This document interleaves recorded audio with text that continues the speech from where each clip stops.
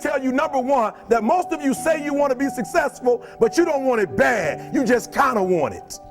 You don't want it badder than you want to party. You don't want it as much as you want to be cool. Most of you don't want success as much as you want to sleep. Some of you love sleep more than you love success. And I'm here to tell you today, if you're going to be successful, you've got to be willing to give up sleep. You got to be willing to work off for 3 hours of sleep, 2 hours. If you really want to be successful, some days you're going to have to stay up 3 days in a row. Because if you go to sleep, you might miss the opportunity to be successful. That's how bad you got to want it. You got to go days without, listen to me, you got to want to be successful so bad that you forget to eat. Beyonce said once she was on the set doing her thing, 3 days had gone by, she forgot she didn't eat because she was engaged. I'll never forget when 50 Cent was doing his movie. I did a little research on 50, and 50 said that when he wasn't doing the movie, he was doing the soundtrack. And they said, when do you sleep, 50? Sleep, he said, sleep is for those people who are broke.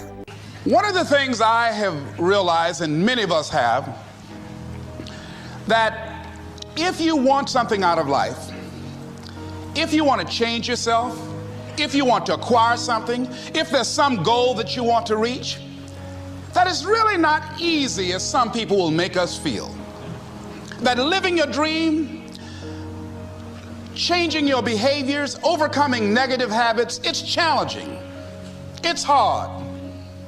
That living alone is just very difficult. And once we begin to come to grips with the fact that living is difficult, life is very challenging. I heard a song once by a guy named Dimples called, "If it ain't one thing, it's another." I say to you, if it ain't one thing, it's 12 others. Always something. You will never ever have a problem-free moment in life. I mean, there's always something. So how do we begin to nurture that hunger? What are the characteristics or the qualities of people that are hungry? What will it take for me to get some of the things that I want? And being hungry for those things, number one, you've got to work on yourself.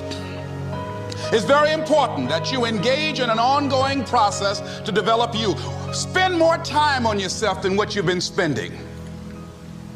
It's very important. You owe that to yourself. I was reading a book by Og Mandino called The University of Success. Read one line, gave me a chill. I didn't have to read anything else in the book. He said, many of us never realize our greatness because we become sidetracked by secondary activity. We spread ourselves too thin, don't know how to say no. And we find ourselves doing all kinds of things and never ever have time to do those things that we need to do to work on ourselves. And then there goes a second, there goes another second, there goes another second, and we can't stop and hold time. And before you know it, you wake up one day and you're behind on your dreams and your bills. So decide that you're going to take some time to work on you, that you deserve that from yourself, that your life deserves some prime time, because you are creating your own production. As Michael Todd would say, you are the star of your show. You are the director. You're writing the script. And you will determine whether your life is a smash office hit or flop. You determine that. Working on yourself, talking to yourself. That's so very important.